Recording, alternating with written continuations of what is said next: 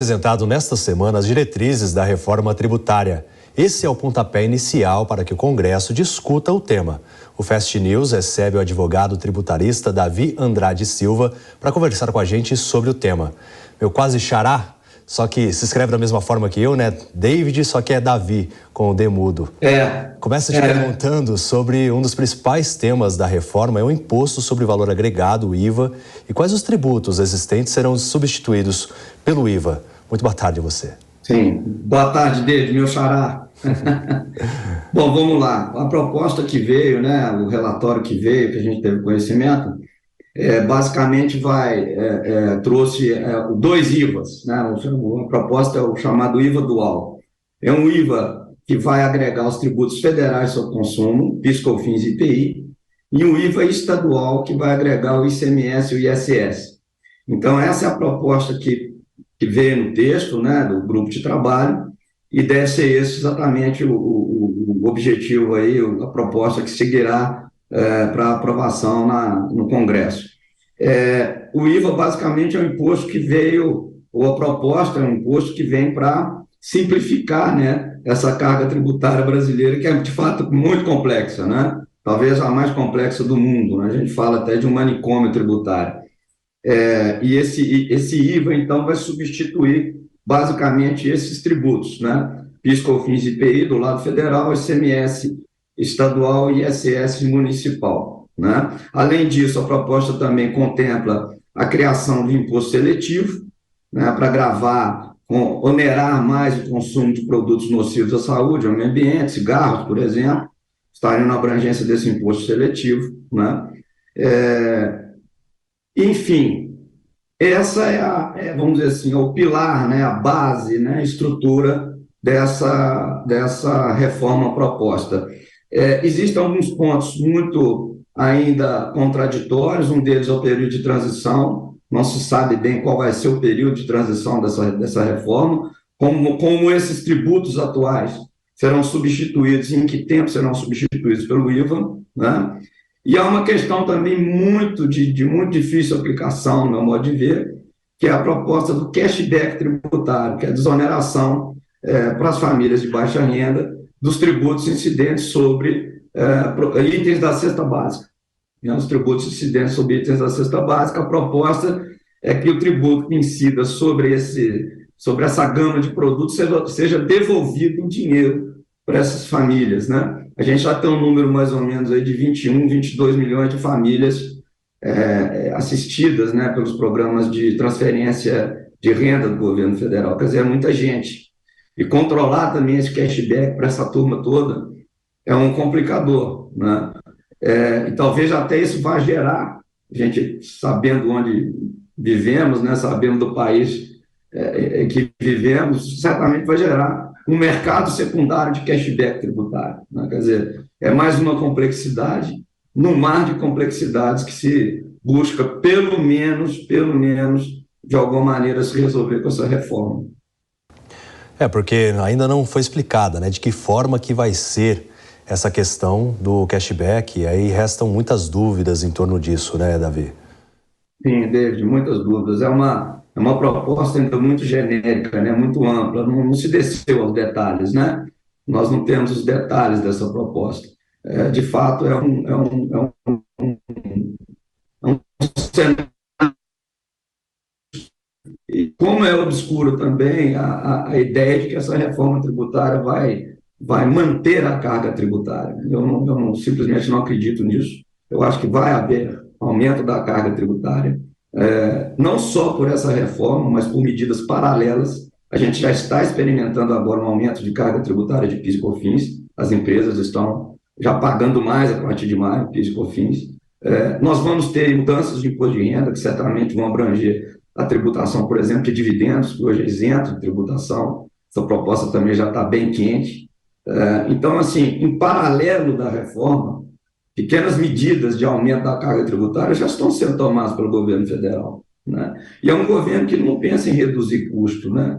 Não pensa em reduzir gastos, não pensa em diminuir a conta, né? O único pensamento desse governo é buscar fonte para continuar com essa gastança desenfreada. E, infelizmente, a fonte é uma só, é o bolso do contribuinte, né, o tributo.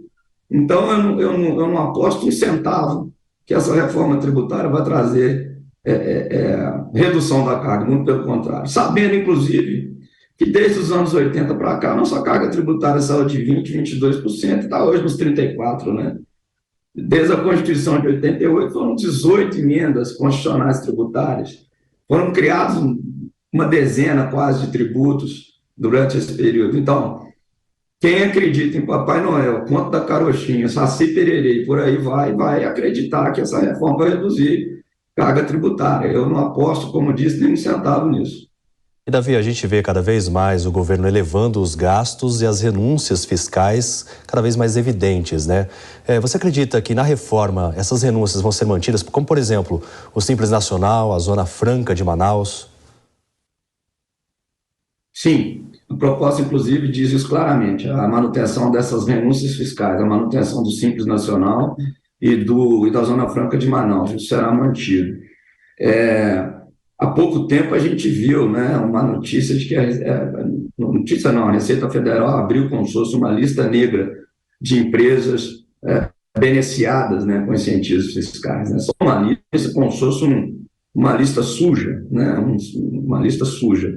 E vejam, são benefícios fiscais concedidos para grandes programas de investimento privado em regiões que o próprio governo federal determina como prioritárias para o desenvolvimento. Sudã, Sudene, por aí vai, né? Então, são incentivos que foram dados motivadamente, foram dados para que essas empresas privadas pudessem fazer o investimento necessário para aqueles grandes projetos. Tratou-se isso aí, 15 dias, 20 dias, um mês, não sei, como se fosse olha como é que o dinheiro do contribuinte vai embora. Olha aqui, olha o tamanho das renúncias fiscais.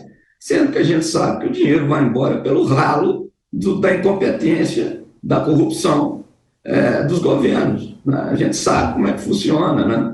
Nós aqui somos cidadãos de segunda classe, pagamos a conta dos cidadãos de primeira classe, que são esses aí que se aproveitam de tudo, do estamento governamental, né? São os políticos, os tecnocratas, os funcionários de alto escalão do Poder Judiciário, essa turma aí que vai continuar comendo filé, enquanto nós aqui continuamos moendo o osso, né, David? Essa que é a realidade.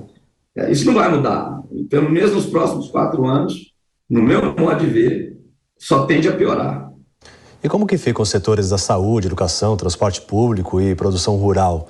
Terão tributos menores realmente? Você acredita nisso? Há uma proposta, pelo menos ventilada nesse texto, de que esses setores teriam algum tipo de benesse, um tipo de benefício, um tratamento tributário diferenciado, mas também nada aprofundado, né? Só tem lá uma proposta. Esses setores aqui são setores essenciais e que merecem um tratamento tributário melhor, mas de concreto não vimos nada. Que tratamento, se vai ser uma alíquota menor, se vai ser algum tipo de incentivo, um benefício fiscal, a gente não sabe, né? Porque a tributação de setores fundamentais, né, para todos nós. E quando se fala em tributos para esses segmentos, realmente há uma problemática muito grande envolvendo essa questão, porque esses setores também reclamam da alta carga tributária. Sim, David, e mais do que isso, por exemplo, um setor que vai ser fortemente atingido por essa reforma, caso mantida essa proposta, é o setor de serviços. Veja, é um dado muito, muito importante aí. Se o IVA vier do jeito que o governo está moldando, esse IVA, o governo diz que vai ser de 25%. O maior IVA do mundo é da Hungria, 27%. Já se fala que o nosso IVA vai ser de 29%. Maior IVA do mundo. No futebol a gente não ganha, mas no IVA nós vamos ganhar. Nós vamos ser campeões do mundo no IVA, né? E é um tributo que para o setor de serviços é terrível, porque é quase que inteiramente cumulativo. É como se o setor de serviços pagasse na veia 29% sobre o faturamento. Então a gente não sabe também que molde será dado para o setor de serviços. Estamos falando de saúde, educação, setores essencialíssimos, né? Mas o setor de serviços é o que mais emprega no Brasil, um dos que mais empregam no Brasil. E aí, como é que vai ficar nessa onda? Como é que o setor de serviços vai ficar? Uma única alíquota de 29% sobre todo mundo, alíquotas diferenciadas, dependendo do setor ou produto, isso não está claro também, assim, não se vê isso com clareza desse texto, né? Te perguntei sobre essa questão de como vão ser os tributos de setores fundamentais, porque o setor de serviços continua, sim, sendo a grande cadeia, né, para a evolução do PIB nacional. A gente viu na última década, entre os anos de 2012 e 2022, um crescimento exponencial do agronegócio brasileiro. O agronegócio paulista, por exemplo, cresceu 15,7%, sendo que as regiões mais industrializadas aqui do estado de São Paulo cresceu 8,7%, então praticamente a metade. Mas o setor de serviços ainda continua sendo a grande mão de obra aí que demanda, né, em todos os estados. Então fica essa questão que gera muitas dúvidas, né? Sim, sem dúvida, David. O agro tem puxado o nosso PIB, né? Já não é de agora, né? O agro um setor no Brasil extraordinário, né? Estamos na frente de quase o mundo todo, né? Em termos de tecnologia e produtividade, né? Não temos ainda a infraestrutura necessária para atender esse setor tão importante, né? Mas, de fato, o PIB aí nosso aí, me parece que 50%, alguma coisa assim, veio do agro, né? Agora, de fato, o setor de serviço é o setor que mais emprega, né? E não há um cenário claro em relação ao tratamento. Vamos criar alíquotas diferenciadas, mais benefícios para esse setor, algum tipo de incentivo, né? A gente não sabe. E os setores de serviço, educação, saúde, como falamos, tem toda a justificativa para a preocupação mesmo, porque a gente não sabe o que vem, né, David? A verdade é essa, é um cenário ainda muito obscuro. Você tocou num ponto importante porque, por exemplo, o setor de serviços. Há uma grande carência do desenvolvimento de tecnologias, apesar do Brasil ter avançado bastante, no agronegócio. E aí, se eu tenho uma empresa, por exemplo, que presta um serviço voltado ao agronegócio para desenvolver tecnologia, que a gente tem potencial para mostrar para o mundo que aquele serviço é eficiente em determinada área, como, por exemplo, para produção de gado, enfim, qualquer modalidade que seja, se eu tenho uma tributação muito alta, isso desestimula também o setor. Você acredita nisso? Com certeza, David, você falou, o que você disse é perfeito. Toda a cadeia fica prejudicada, né? Toda a cadeia fica prejudicada. Porque, de algum modo, esse imposto ele vai ser repassado para a cadeia da frente. Então, se o serviço é impactado com uma alíquota que ele não consegue absorver na sua prática comercial, ele vai ter que subir o preço da prestação de serviço, né, da sua solução, da sua tecnologia. E isso vai impactar a cadeia toda, né? O IVA é não cumulativo. O IVA é não cumulativo, a proposta é essa mesmo. Só que a gente sabe que, na prática, tem determinadas situações em que o produtor, o prestador de serviço, enfim, ele não consegue emplacar aquele valor no mercado. Ele não consegue. O mercado não paga por aquilo. E aí isso impacta, evidentemente, a cadeia toda. Você disse aí um ponto essencial, né? Prestadores de serviço de tecnologia, para o agro, por exemplo, que consome muita tecnologia, né? Consome muita tecnologia. Essa cadeia pode ser prejudicada. E já estou falando de ponto essencial. Pode ser muito prejudicada. Nós estamos falando de um IVA. O governo fala 25, né? Eu acho que vai passar de 27. Deve chegar lá nos 29, com certeza. E num período de transição, David, que a gente não sabe como é que as coisas vão ser acomodadas. Nós não sabemos. Vai conviver o IVA dual com PIS, COFINS e IPI, de um lado, e ICMS e ISS do outro. Como é que vai ser o crescimento dessa alíquota, a diminuição desse? Não só a alíquota, como é que vai funcionar o fato gerador, as hipóteses de incidência, para que não haja descompasso nessa trajetória, nessa transição? Isso é dificílimo. E eu acho que vai ter, claro que vai ter aumento de carga tributária, não vejo de forma diferente. Até porque, David, a conta é o seguinte, né? Para quem está nos assistindo, é muito simples, né? Se você está endividado, você busca o quê? Você busca reduzir seu custo, né, da tua casa, você vai cortar algum, você tem 2 carros, vai vender um, né? Você vai fazer alguma coisa para diminuir o teu custo e não procurar mais receita onde você não tem ainda. É o caso do governo. O governo está buscando receita para cobrir a gastança, né? e procurando de todo lado. Só se fala disso. Desde o primeiro dia de governo, só se fala de aumento de carga tributária, de tributação disso. Quiseram atingir os produtos importados da China, isenção até os $50, depois passaram para as casas de apostas, e por aí vai. Então, assim, é um governo que só pensa em gastar. E se só pensa em gastar, precisa de receita. A receita só vem de um lado, né? A receita só vem do bolso do pobre e do contribuinte, daquele que produz para sustentar esse estamento, né, de tecnocratas, plutocratas, esses caras que sequestraram o governo, mas não é de agora também, né? Isso é secular, né? Isso é um fenômeno secular, infelizmente.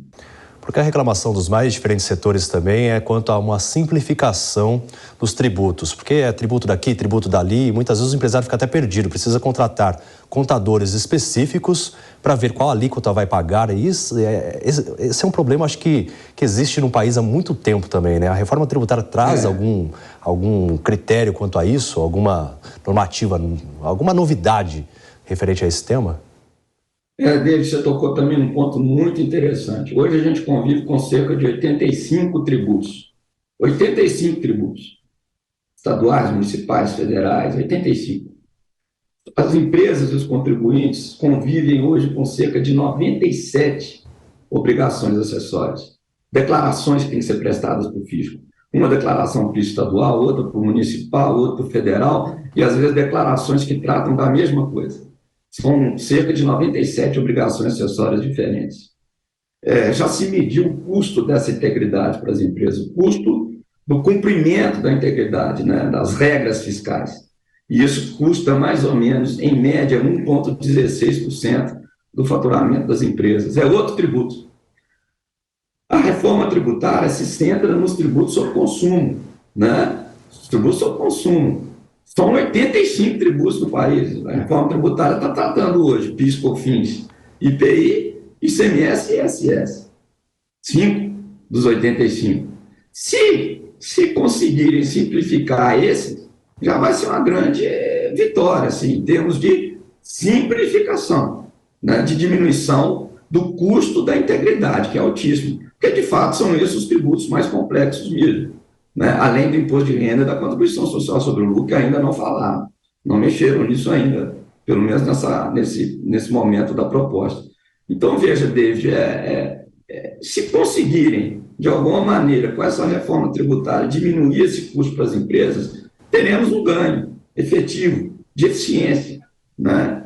Mas a moeda dessa troca vai ser aumentar a carga tributária. Isso eu não tenho a menor dúvida, sabe? Então você acredita nisso mesmo, que possa aumentar a carga tributária ainda mais? Porque muitos empresários já reclamam dessa situação, né? Porque falam assim, às vezes você pergunta para o empresário, fala, você tem sócio?